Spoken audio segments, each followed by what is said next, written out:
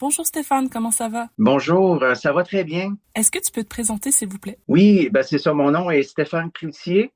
Les gens du Nord, les Inuits me connaissent comme étant Openwalk, qui veut dire un bruant des neiges. Quand je suis arrivé au Nord, les gens avaient, bon, le nom, il y a certains sons en français qui sont pas habitués en langue inuit. Donc, c'était puis fan, ça devenait souvent comme Stéphane. Fait que j'aimais pas ça. Puis parce que quand je suis arrivé au Nord, j'avais 22 ans à l'époque, mais je sifflais comme un petit oiseau. Fait que les gens, ils ont dit, tiens, un petit Roupa Noir. Fait qu'ils puis le nom est resté. Fait que les gens m'appellent au Nord Roupa Noir. J'ai une formation en anthropologie sociale et culturelle de l'Université Laval. J'ai fait mon bac au début des années 90.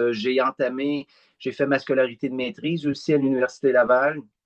Mon sujet, c'était la francophonie nordique, la francophonie au Nunavut, dans l'ancienne partie est des territoires du Nord-Ouest, qui est devenu le Nunavut en 1999. Donc, mon intérêt, c'était sur la construction identitaire de cette communauté francophone au pays du Père Noël, au pays des Inuits. Donc, ça m'intéressait de voir comment que des gens qui venaient du Québec, mais des gens qui venaient également de l'Acadie, un peu partout à travers le monde, comment ils se définissaient par rapport à un environnement majoritaire inuit, autochtone, alors que partout ailleurs au pays, c'est souvent une dynamique francophone versus anglophone. Mais là, il y avait un troisième élément qui était celui qui était autochtone et inuit. Puis j'ai travaillé longtemps aussi pour la communauté francophone du Nunavut. C'est là que j'ai fait mes premières armes, une dizaine d'années. J'ai travaillé dans le secteur communautaire. On a monté des sites web. On a répertorié toute information en français qui existait sur le Nord, les Inuits, le développement du Nord, etc. On a monté un musée virtuel d'art inuit en collaboration avec l'ambassade de France au Canada, que le président Jacques Chirac est venu inaugurer à Iqaluit en 1999. C'était tout qu'un défi. J'ai fait de la radio communautaire. On faisait des genres de contes et légendes à la radio. On faisait les effets sonores.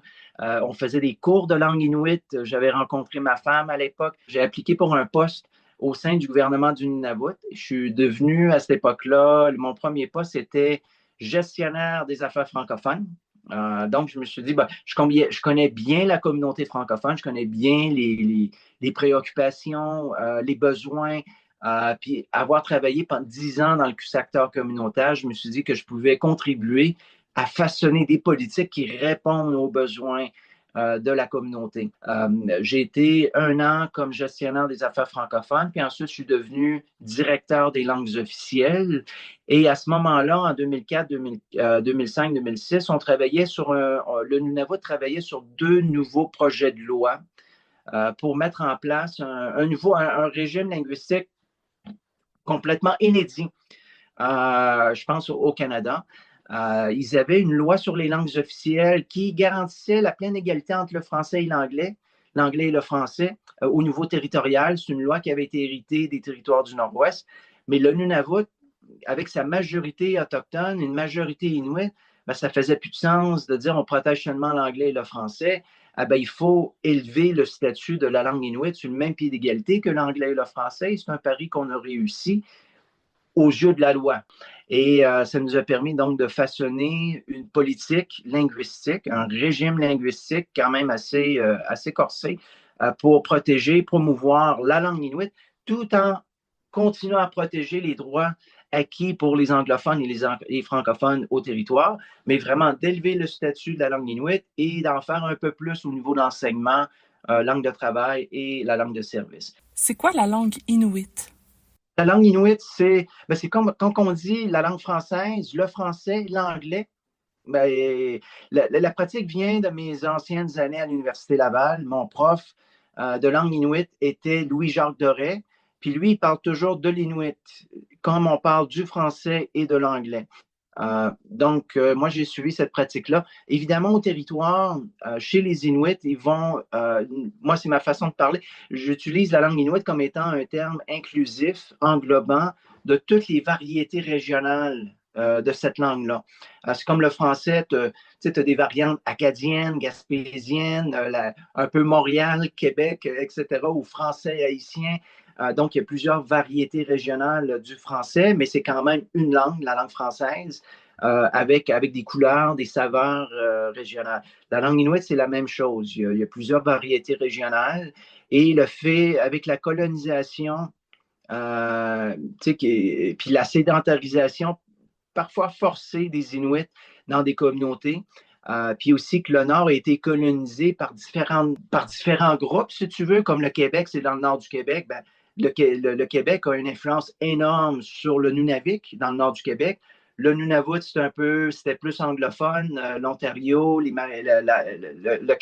l'Ouest, les provinces de l'Ouest ou encore les provinces de l'Est, Terre-Neuve, par exemple, le Nouveau-Brunswick, fait qu'il y a une influence différente. Les Groenlandais sont Inuits aussi. Ils partagent une culture, une langue qui est commune avec les Inuits du Canada, mais ils ont été colonisés par les Danois, ce qui fait que leur approche est un peu différente. Fait que les différentes phases de colonisation, indépendamment qui a colonisé les Inuits à travers le Nord, ben, ça a créé des clivages au fil des années et ça fait que ça a accentué les différences régionales et les différences dialectales, si tu veux. Mais quand les gens voyageaient à une époque plus lointaine, à l'époque traditionnelle, puis on a des témoignages d'aînés à ce sujet-là, ben quand les aînés voyageaient d'une région, de leur région natale à une autre région, ben, eux, ils ne mettaient jamais l'emphase sur la différence dialectale ou sur les différences régionales. Ils voyaient ces différences-là, mais ils trouvaient toujours ce qui était la primauté ou la priorité, c'était de pouvoir communiquer. Donc, ils trouvaient toujours une façon de communiquer, de trouver des mots qui étaient communs, des structures de phrases qui étaient communes.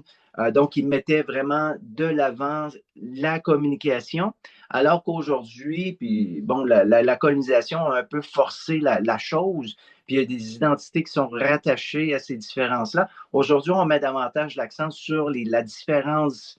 Moi, j'ai un dialecte différent, mais ces différences dialectales-là est un résultat, si tu veux, qui a été forcé, qui est venu avec la colonisation. Fait que je parle de ça parce que ma femme, elle a fait une thèse de maîtrise sur la normalisation de la langue inuit, puis justement, elle a soulevé l'idée, l'argument que les différences dialectales aujourd'hui est plus ou moins le résultat d'un colonialisme qui s'est régionalisé dans les différentes régions inuites. Donc, mais que si on voulait qu'il y aurait cette possibilité-là pour les Inuits éventuellement de se réunifier, de briser les barrières régionales et d'adopter des normes communes pour pouvoir communiquer à nouveau comme ils faisaient autrefois. Et quels sont les différents ensembles dialectaux? Les gens vont utiliser le terme pour la langue inuit comme Inuktitut, qui est peut-être le terme le plus connu, qu'on comprend mieux. Il y a eu aussi, au Nunavut, ils ont adopté le terme Inuktut.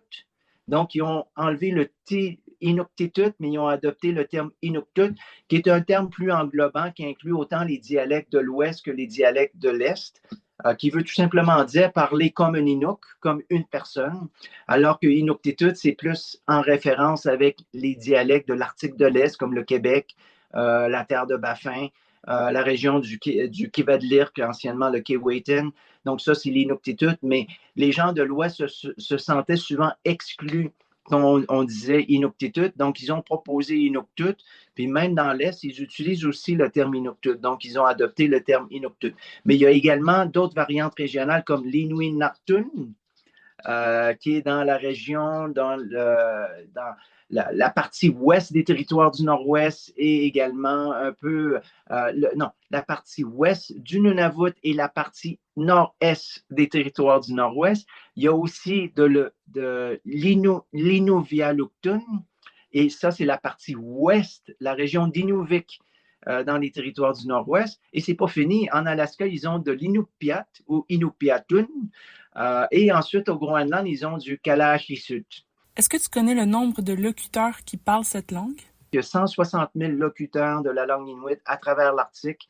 Il y a une petite partie de la Sibérie où est-ce qu'on retrouve aussi des Yupik, qui est très distincte, qui est quand même une langue qui est très distincte de la langue inuit, mais qui est inclue quand même avec la langue inuit. Donc, c'est en Sibérie, il y a quand même plusieurs locuteurs là. En Alaska, il y a quand même un bon bassin de locuteurs. On parle peut-être environ 40 000 locuteurs. Ensuite, le Canada. Il y a tout près de, bon, il y a 60 000 Inuits au Canada, mais il y en a environ 45 000 qui parlent la langue. Et au Groenland, ben, ils sont, bon, moi je dis 60 000, mais souvent on reprend, on dit non, non, ils sont 57 000, 58 000, mais c'est tout près de 60 000 au Groenland, mais la grande majorité parle aussi la langue inuit. Donc, quand on rajoute tout ça, ça finit que ça fait quand même un bassin. Pour une langue autochtone, c'est quand même intéressant que ce n'est pas juste un petit groupe de 2000, 3000 personnes ou de 100 personnes ou de 200 personnes qui parlent la langue, mais c'est des gens qui peuvent partager entre eux. Ma femme, par exemple, qui est originaire du nord de l'île de Baffin, de la petite communauté ou le village qui s'appelle Igloolik, dans le nord de l'île de Baffin. Et lorsqu'elle voyage, elle est allée dans le nord de l'Alaska et elle arrivait à communiquer avec les aînés de l'Alaska. C'est sûr qu'il y a des différences régionales, comme il y a des expressions vernaculaires à travers le Québec ou à travers la francophonie, on a toutes nos belles expressions pour décrire certaines choses. Ben, c'est la même chose du côté des Inuits. Ils ont leur langue, puis surtout l'aspect vernaculaire, c'est adapté à leur environnement. C'est adapté selon le contexte, par exemple, socio-économique dans l'environnement dans lequel ils ont évolué, où est-ce qu'ils se sont adaptés. Il y a quand même un fond commun. Peu importe les gens s'ils viennent du Groenland, de l'Alaska, du Nunavik ou du Nunavut, il y a un fond commun. Les animaux, c'est pratiquement comme les animaux traditionnels, l'ours polaire, les différentes baleines, les poissons, le caribou, c'est tous des mots communs. Les parties du corps, c'est tous des mots communs. Je dirais qu'il y a environ plus de 90% de la grammaire en langue inuite qui est commune d'une région à une autre. Donc, déjà qu'il y a une grammaire qui est quand même, donc qui est assez uniforme. Par exemple, pour les pronoms, c'est toujours la même chose. Si je dis je, tu, il, vous, etc., ça demeure la même chose. Donc, ils utilisent les mêmes terminaisons verbales. C'est quel type de langue linguistiquement parlant?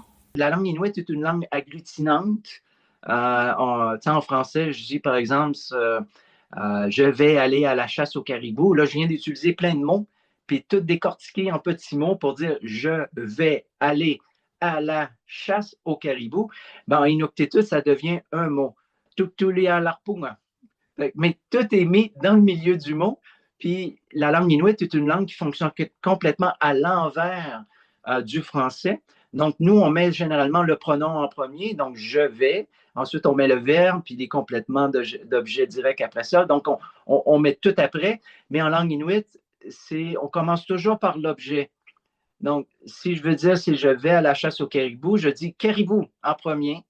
Ensuite, aller vers, futur, je. À quoi ça ressemble l'alphabet inuit?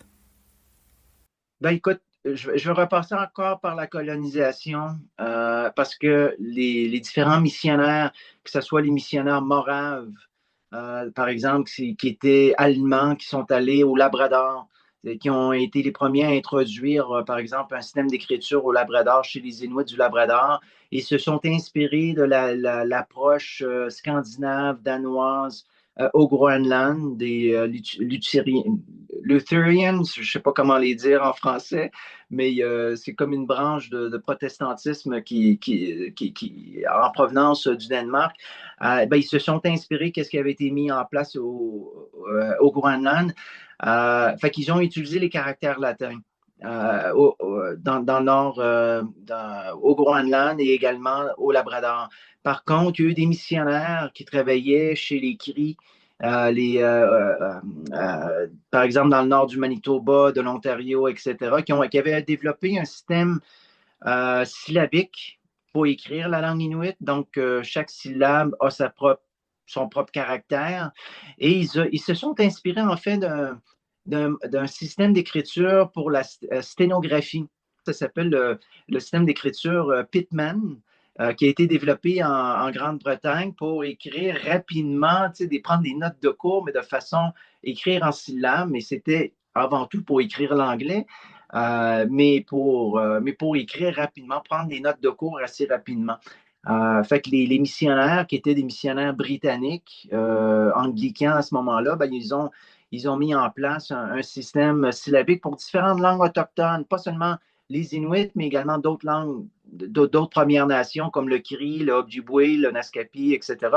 Donc, toute le Nunavik, la baie du Tson, également toute la terre de Baffin, eux utilisent le syllabique. Mais par contre, lorsqu'on va un peu plus à l'ouest encore, ben là, tu as eu d'autres missionnaires qui sont allés là puis qui ont décidé, ben, nous, on va utiliser on va utiliser encore les caractères latins, mais ils ont introduit certaines conventions, certaines normes, des I puis des O qu'on ne retrouvait pas ailleurs. Fait que, ils ont fait des trucs où ils écrivaient tout en lettres majuscules, comme s'ils criaient tout le temps. Mais fait qu'il y avait différentes façons de le faire. Puis chez les Inuits de l'Alaska, à cause de l'Alaska était russe avant que ça soit vendu aux Américains. Donc, il y a quand même une histoire, une tradition russe d'écrire en cyrillique dans ces régions-là. Fait qu'il y a certains dialectes comme le Yupik qui étaient écrits en cyrillique, en russe, l'alphabet russe, et par après, ça a été transféré vers les caractères latins. Donc, ça dépend vraiment. Le Nord, même si on faisait face à une langue commune de la Sibérie, l'Alaska jusqu'au Groenland, mais à cause de la colonisation, ils ont hérité de différents systèmes pour écrire leur propre langue. Ma femme, elle avait recensé près de 9 systèmes d'écriture différents à travers l'Arctique pour la langue inuit. Il y a comme un mouvement à l'heure actuelle, puis je devrais dire, ma femme fait partie, a beaucoup réfléchi à ces questions-là, qui est Gila Padlock-Cloutier, je dois la nommer. C'est pas juste ma femme, mais son nom, c'est Gila Padlock-Cloutier. Elle a fait une thèse de maîtrise donc sur la normalisation de la langue inuit dans les écoles du Nunavut.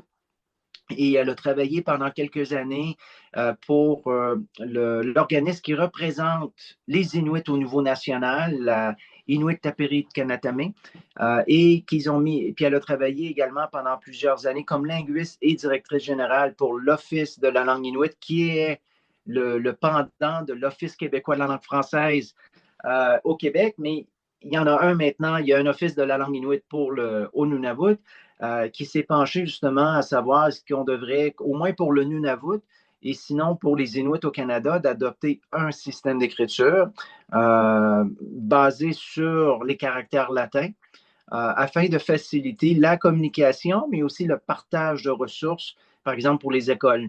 Ça ne veut pas dire que tu remplaces complètement les différents systèmes d'écriture ou encore le syllabique qui fait partie de l'identité. Je veux dire, le système d'écriture syllabique, le syllabaire, fait partie de l'identité de beaucoup d'Inuits. Même pour ma femme, elle était comme, pour elle, ça faisait partie de son identité, même en tant que jeune mère, en tant que jeune étudiante. Puis tous ceux comme moi, qui le connaissaient, qui le maîtrisaient pas si bien que ça. Souvent, je me faisais souvent rabrouer en disant que je devais faire plus d'efforts pour l'apprendre. Mais on parle d'une dynamique au Nord, puis je parle de ce mouvement d'unifier les systèmes, d'avoir un système unifié pour écrire la langue inuit. Parce qu'on parle, faut parler aussi également qu'il y a quand même un phénomène d'assimilation linguistique. Il y a des transferts linguistiques qu'on voit à travers le territoire, à travers les différentes communautés inuites vers l'anglais. Donc, c'est de là vient l'initiative de mettre en place un système, si tu veux, qui permettrait d'être un système d'écriture qui fait le pont entre les régions pour le partage de ressources, mais également pour essayer d'avoir une influence sur l'utilisation de la langue inuit dans les écoles, dans les familles, pour que les gens sentent que leur langue, elle est valorisée, mais aussi pour vraiment renverser le transfert linguistique qu'on voit en ce moment vers l'anglais. Est-ce qu'il y a des jurons dans cette langue? Il n'y a pas de blasphème ou de mots sacres.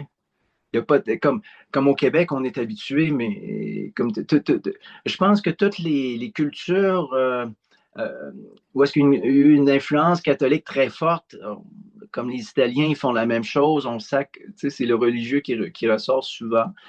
Mais pour les Inuits, il n'y a pas de juron en tant que tel, mais si on veut injurier quelqu'un, on peut le faire. Il n'y a pas de problème pour le faire. Mais en fait, je te dis ça parce qu'il y avait, pour résoudre des conflits, des fois, au lieu de se battre, au lieu de s'entretuer, quand il y avait des conflits entre deux hommes, par exemple, on disait, OK, bon, on va faire un concours. Puis c'était un concours d'injures. Fait qu'ils s'injuriaient l'un et l'autre. Puis tout le monde était là à écouter les injures. Puis celui qui faisait les injures les plus drôles, puis que les gens, il y avait le plus de monde qui riait, c'est celui qui gagnait. Fait que c'était une façon de régler les problèmes en se faisant un match d'injures, où est-ce que les deux hommes se retrouvaient entre eux autres, puis là, ils se lançaient des injures. Est-ce qu'on accorde les verbes en nombre? Il y a le singulier. Par exemple, si je veux dire, je vais aller marcher pisouktuma, je vais marcher. Puis si je dis je vais ou je me donne comme un impératif d'aller marcher, je vais dire pisouglanga. Fait que là, je m'en vais, ça c'est clair, pisouglanga, il y a moi qui vais aller marcher. Si je dis, par exemple, que allons marcher nous tous ensemble comme un gros groupe, je vais dire pisukta ou pisulirta. Comme là, là c'est clair que c'est tout le monde. Mais si je veux dire à ma conjointe, juste à elle, si je dis pisulirta, là, tout le monde va nous suivre. Mais si je dis, aigo, like, pisuglo, fait qu'elle comprend, puis tout le monde va comprendre que je parle pas du reste de la gang, c'est juste elle puis moi, on s'en va marcher. Fait que c'est vraiment, puis donc, ça permet de distinguer, donc, si on fait les choses à un, à deux ou à trois et plus. Donc, c'est vraiment une particularité qui est vraiment fascinante de la langue inuit, mais qui permet aussi de clarifier, surtout dans ce genre de situation-là. Le duel, à cause de l'influence de l'école, à cause de l'influence de l'anglais ou des langues dominantes comme le danois, le français ou l'anglais, où est-ce qu'on n'a pas de duel, bon, on voit aussi à la pratique que c'est en train de se perdre chez les plus jeunes générations, puis même les moins jeunes. Donc, au Groenland, la grande majorité des Groenlandais n'utilisent plus le duel, à moins d'aller dans des petits villages un peu plus conservateurs, traditionnels. Eux vont continuer à utiliser le duel, mais la grande majorité n'utilise plus le duel. Est-ce qu'on utilise le féminin et le masculin, comme en français? En langue inuit, il n'y a pas de genre. Par exemple, si je dis pisurtok, comme il marche, tu ne sais pas si il ou elle marche. Donc, puis même les noms que les gens reçoivent, bon, évidemment, la tradition judéo-chrétienne a introduit beaucoup de noms féminins, de noms masculins. Fait que maintenant, tu le reconnais quand tu entends Martha. Ah ben, tu sais que c'est une femme. Quand tu entends Joannassi qui vient de Jean ou de John, tu sais que c'est un homme. La même chose avec Paul aussi, qui vient de Paul. Donc là, tu sais qu'il y a des genres, tu sais qu'il y a des noms maintenant genrés, mais qui viennent d'une tradition judéo-chrétienne. Mais traditionnellement, les noms n'avaient pas de genre. Par exemple, ma femme, elle porte le nom de Qilirti. Elle est une femme aujourd'hui, mais celui qui portait son nom avant était un homme. La façon que les noms se transmettent chez les Inuits, c'est toujours un nom qui a été porté par une personne avant toi. Donc, c'est une façon de transmettre les noms, mais de transmettre même une partie de l'âme de la personne à travers ce nom-là. Donc, ma femme, elle est Qilirti. Son nom n'est pas genré, donc peu importe un homme, une femme peut porter le nom de Qilirti, peut porter tous les noms inuits peuvent être portés tant par des hommes que par des femmes. Mais là où est-ce qu'il va y avoir un aspect où est-ce qu'on va avoir une référence au genre, ça va être toujours par rapport à qui a porté le nom avant toi. Tu as été nommé d'après qui. Puis si c'était un homme, c'est comme si là, tu prenais certains traits un peu plus masculins, par exemple. Comme ma femme, alors que quand elle était toute jeune, c'était la pratique, on lui gardait toujours les cheveux courts, qu'on l'habillait comme un petit garçon. Puis tous ses petits amis, c'était tous des petits garçons. Alors que sa sœur, elle, qui avait été nommée d'après une femme, une personne comme une grand-mère, ben, elle était habillée toujours avec une petite robe, elle jouait avec des poupées, puis elle restait tout le temps dans la maison, alors que ma femme, elle jouait avec les petits gars dehors, avec les cheveux courts, puis en pantalon. Mais c'était toujours, l'important, c'est pas en tant que tel le nom, mais tu représentes qui à travers ce nom-là? Tu portes l'âme de qui à travers ce nom-là? Est-ce qu'il y a des néologismes? Ben, le fait que la langue inuit, comme on a parlé un peu, c'est une langue polysynthétique, agglutinante, on peut créer des mots pratiquement à l'infini. Moi, quand j'étais au gouvernement du Nunavut, j'ai travaillé beaucoup. Bon, j'ai été directeur des langues officielles. On a travaillé des lois, mais je m'occupais également des services de traduction. On faisait également des ateliers de terminologie, donc de travailler avec la langue inuit pour créer des nouveaux mots. Écoute, c'était le fun. C'était pratiquement pour ceux qui ont fait du latin ou du grec, ou de voir comment que les mots en français sont finalement construits à partir du latin et du grec. Puis quand on fait des néologismes, on va voir, on retourne à certaines vieilles racines ou on regarde à d'autres mots. Ben, la langue inuit, il y a tout un bagage de blocs légaux linguistiques. Là, tu peux construire pratiquement n'importe quelle forme. C'est vraiment fascinant. Puis ça permet aussi d'être structuré. C'est une langue qui est, comme je dis, qui n'a rien à voir avec le français ou l'anglais. Il n'y a aucune connexion. Là, comme il faut vraiment même changer notre propre façon de penser en langue inuit. Mais c'est quand même une langue fascinante. Puis de voir qu'il y a quand même autant de locuteurs aujourd'hui, qui est à travers le monde circumpolaire. Ben moi, je trouve que c'est quand même fascinant. En octobre dernier, la presse a annoncé que l'Inuktitut était la première langue autochtone canadienne disponible sur le service de traduction de Google. Comment on met en place ce genre de projet de traduction automatique? Avant, on nous demandait de traduire le plan d'affaires du gouvernement, le budget du gouvernement qui faisait 300 pages à chaque année, qui établit les grandes priorités du gouvernement. Comme, OK, bon, l'année prochaine, on va faire X, Y priorités. Mais grosso modo, le contenu, c'est pas mal la même chose d'année en année. La description des ministères, des mandats des ministères, ça ne change pas beaucoup, à moins qu'il y ait un gros comment tu appelles ça, un gros changement là, au niveau du gouvernement, là, mais généralement, ça change très peu. Ce qui fait qu'en utilisant même Source à l'époque, et là, on avait un député à l'Assemblée qui était unilingue inuit. Il ne lisait pas l'anglais. Auparavant, il nous donnait 3 mois pour traduire le plan d'affaires du gouvernement du Nunavut parce que les députés parlaient anglais. Fait qu'ils faisaient leurs travaux de députés. Ils faisaient la révision du plan d'affaires comme mettons, à huis clos. Mais là, ils pouvaient lire l'anglais. Mais là, avec un député inuit, ils n'avaient pas le choix de produire la version Inuktitut pour ce député-là, parce que c'était son droit d'avoir accès à ces documents-là en langue inuit. Fait que là, au lieu de nous donner 3 mois, il nous donnait généralement 3 semaines. Là, il disait, oh, Fait que là, ça, c'était en 2018. Là, c'est là qu'on a mis en place, on avait Multitrans, mais comme là, je ne pouvais pas avoir mes équipes dans les autres communautés, dans les autres villages, pouvoir travailler ensemble. Et là, on a trouvé même source, on a fait des tests à l'interne et on dit, OK, ils peuvent travailler en équipe. Et puis là, tu peux suivre même le progrès de la traduction au fur et à mesure qu'il tape, tu vois que c'est comme là, on est rendu à 70%, 75%, puis là, 80%. Fait que là, on pouvait faire le suivi de façon très efficace et on a mis ça en place. Fait que finalement, ce qui devait être fait, ce que généralement on faisait en 3 mois, ben, on a réussi à livrer la marchandise en 3 semaines en amenant toute notre équipe à travailler ensemble avec une mémoire de traduction pour ce projet spécifique-là, avec cette mémoire pour le plan d'affaires. Et donc, on a gagné notre pari de le faire en 3 semaines. Mais un avantage d'utiliser des outils comme ça pour la langue inuit, bon, en français, ça semble peut-être anodin ou en anglais, ça peut sembler anodin. Puis c'est comme ça va de soi.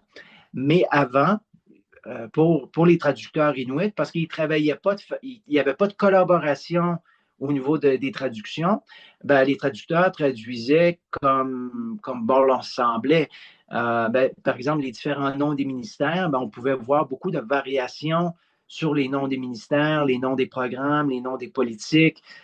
Puis, dépendamment, il y a des gens qui travaillaient dans les ministères qui avaient certaines préférences, mais que ce n'était pas partagé avec d'autres groupes de traducteurs qui, eux, ne savaient pas quelle était la préférence. Fait qu'en utilisant un outil comme MemSource, où est-ce qu'on pouvait centraliser toute la terminologie, ben là, les gens, ils voient tout de suite quand ils font la traduction, puis ils voient le terme qui apparaît tout de suite, mais ils réutilisent de façon beaucoup plus systématique les termes qui sont maintenant dans la base terminologique. Fait que ça a permis d'uniformiser la terminologie, mais également éventuellement d'uniformiser la traduction, les différents le style de traduction, les façons de traduire, par exemple, pour certains ministères, ben là, ça s'est mis on a pu uniformiser les messages, si tu veux, en langue inuit. Fait que ça, c'était un truc vraiment intéressant pour nous. Les seuls qui sont qui sont auxquels où est-ce que le Nunavut pourrait se comparer, mettons pour une autre langue autochtone, c'est les Groenlandais. Et dès les années 2012, 2013, 2014, ils ont aussi mis en place leur propre système de gestion de projets de traduction, leur mémoire, comment gérer leur mémoire de traduction et la terminologie. Mais on s'est suivi. Fait qu'on faisait souvent des échanges comme en francophonie, les traducteurs francophones, ils peuvent échanger, il y a des conférences, ils peuvent échanger, ils peuvent se rencontrer, etc. Pour les Inuits, c'est quand même assez limité. Il n'y a pas beaucoup de monde qui parle qui coice l'Inuk, qui est tout ici, à gauche puis à droite. Fait que là, mais on échangeait régulièrement avec nos collègues du Groenland. Eux utilisaient Trados SDL comme outil, alors que nous, on avait opté pour une solution qui était plus légère au niveau de la bande passante, mais qui coûtait un petit peu moins cher aussi, là, entre toi et moi. Sinon, on a cette base de données ou ces données-là qui a permis ensuite de faire les autres projets dont on ne pouvait que rêver. Moi, je rêvais à ça éventuellement, qu'un jour, on pourrait avoir des outils de traduction automatique. Mais quand je parlais aux équipes de Microsoft ou à nos collègues du Groenland, ils disaient ben, ça va vous prendre des données. Mais avec ce qu'on faisait à la mitaine avant, on n'avait pas les données. Mais d'avoir mis en place les systèmes de gestion, les archives, la mémoire de traduction, puis quand en pleine pandémie, en 2020, au mois d'avril, mois de mai 2020, nos sous-ministres pensaient qu'on n'avait rien à faire. Mais nous, au niveau de la traduction, ça n'arrêtait pas. Moi, toute mon équipe de traduction était à la maison, ils travaillaient sur leur laptop, puis avec des modems, puis comme ça chômait pas, là, comme ils travaillaient fort, puis je voyais leur productivité même en ligne, puis je faisais des rapports réguliers, pour dire, kudo, bravo pour la productivité, puis montrer ça également aux sous-ministres, à la haute direction. Mais là, ils pensaient qu'on devait en faire un petit peu plus. Là, ils ont dit, ben, écoute, il y a Microsoft qui aimerait ça faire un petit projet de peut-être voir si on pourrait créer un modèle de traduction automatique. Moi, je voulais rien savoir à ce moment-là. Parce que j'étais trop occupé à garder mon équipe au travail à partir de la maison, puis il y avait des défis logistiques, techniques, puis j'avais pas mon monde avec moi dans la même communauté ou au même endroit. Ils étaient comme dans deux autres bureaux régionaux. C'était tout qu'un casse-tête. Mais finalement, puis mes collègues du Groenland m'ont toujours averti, Stéphane, si quelqu'un de Microsoft, de Google, de ces grosses compagnies-là viennent te dire qu'on peut faire ça en quelques mois, c'est des maudits menteurs. Tu ne dois pas les croire. Fait que moi, j'avais toujours cette idée-là que cet écho, cette voix du Groenland qui disait oups, tu dois être sceptique. J'étais sceptique. Quand Microsoft sont venus nous voir, ils ont dit écoute, nous, on pourrait faire des tests, on va utiliser l'intelligence artificielle. Là, il y avait des équipes de Washington qui étaient spécialisées, qui faisaient de l'expertise de ce côté-là. Mais au début, j'étais là parce que mes sous-ministres m'avaient demandé d'y être. Je n'avais pas le choix. Il fallait que je sois aux réunions. Fait que j'y suis allé. Et là, les gens demandaient 5 millions de mots. Pour avoir un bon modèle, ils disaient est-ce que vous avez au moins 5 millions de mots? Ben là, à ce moment-là, nous, on disait on est à peu près à 20-25 millions de mots. Est-ce que ça vous va? Ils disent c'est beaucoup plus que qu'est-ce qu'on espérait.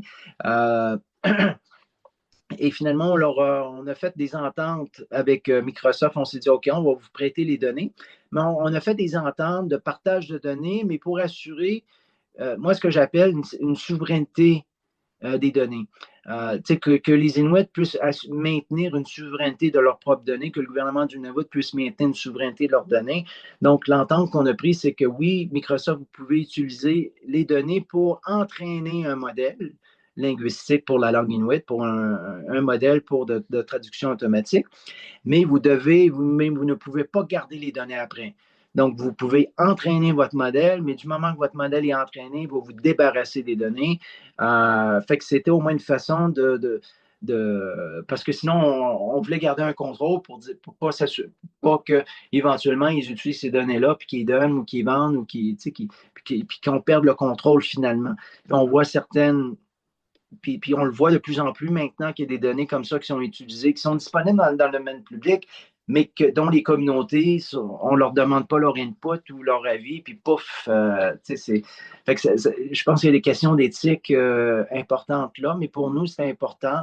Puis Microsoft, ils ont été vraiment très chouettes, ils ont accepté nos termes et conditions.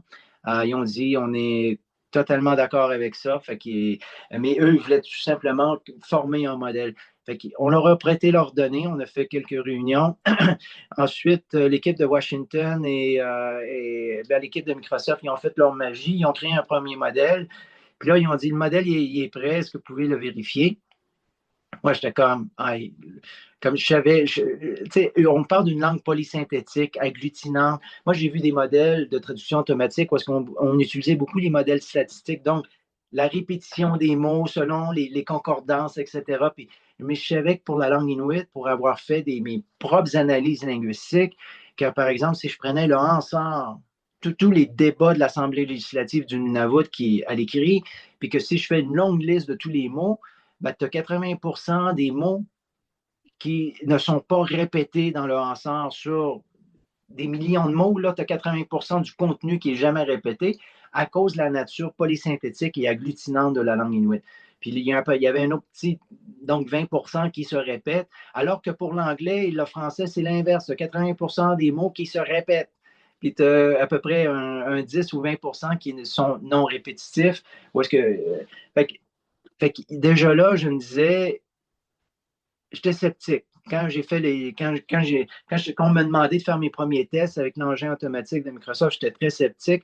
Là, j'avais l'impression que ça allait tout traduire mot pour mot. Parce que je disais, ces gens-là ne connaissent que l'anglais, le français, l'espagnol, l'italien, puis des langues indo-européennes. C'est là que l'expertise est.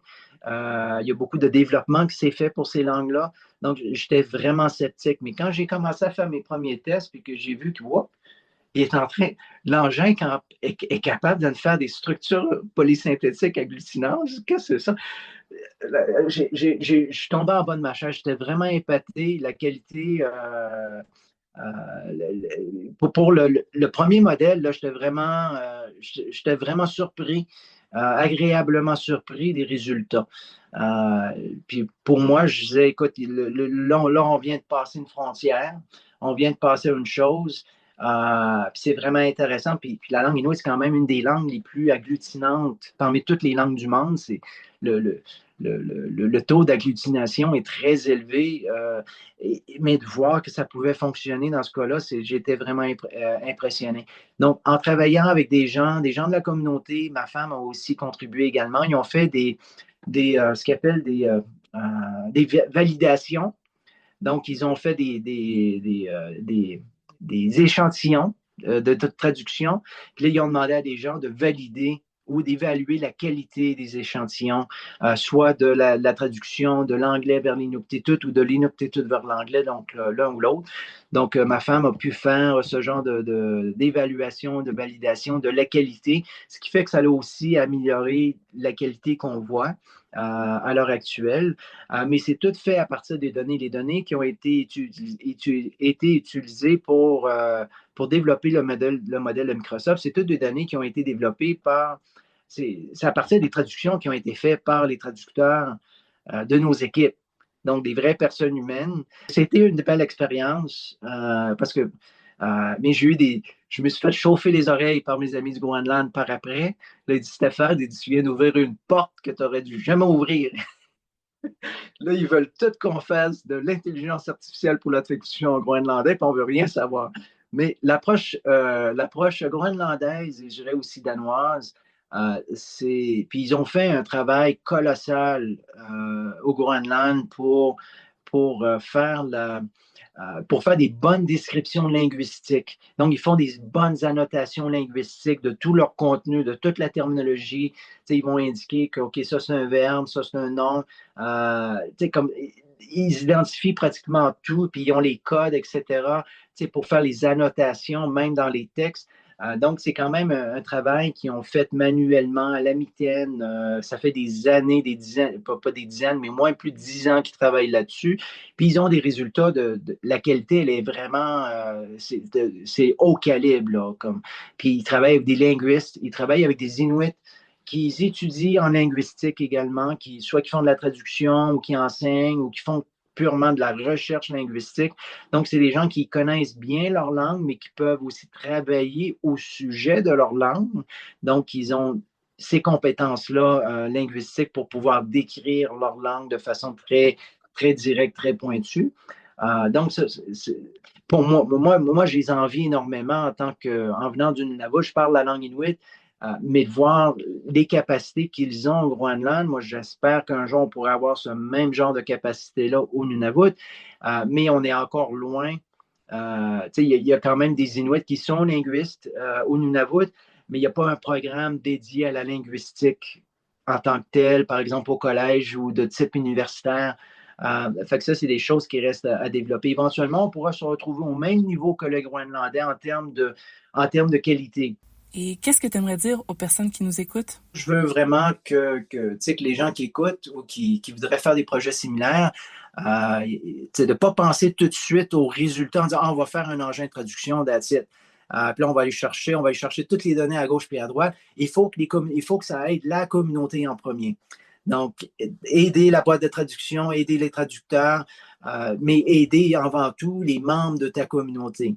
Et ensuite, si ça va très bien de ce côté-là, s'il y a des gens en parallèle qui viennent, qui disent, ben là, on pourrait faire un petit projet d'extra, ben là, toi, tu es en contrôle, en charge de tes propres données.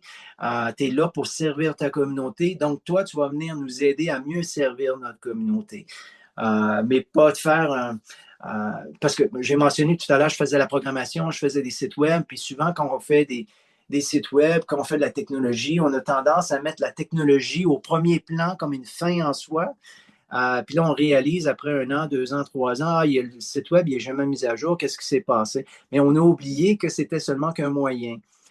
La fin, c'est de produire de l'information, c'est de s'occuper, c'est d'être avec ta communauté, c'est d'écouter ta communauté, d'écouter les besoins, puis d'essayer de trouver des solutions qui répondent à ces besoins-là, mais également de penser qu'un coup que l'information elle est créée, ou que ton outil est là, mais qu'il faut l'alimenter continuellement, mais que l'outil n'est pas une fin, jamais une fin en soi. Ce n'est qu'un moyen. C'est qu'un gros marteau. Mais ça te prend le gars, puis ça te prend ton idée, ton plan. Si tu veux te construire une belle petite étagère, ça va te prendre des clous, puis ça va te prendre aussi des connaissances, un petit plan, puis là, tu vas construire ton étagère. Merci beaucoup d'avoir participé au podcast. Où est-ce qu'on peut suivre sur les réseaux? Il y a juste le site Linked que je garde. Mais sinon, on a un site web. Depuis que j'ai pris ma retraite, mais je dois préciser, j'ai pris ma retraite de la fonction publique territoriale, donc j'ai pris ma retraite du gouvernement, mais ça ne veut pas dire que j'ai arrêté pour autant de travailler.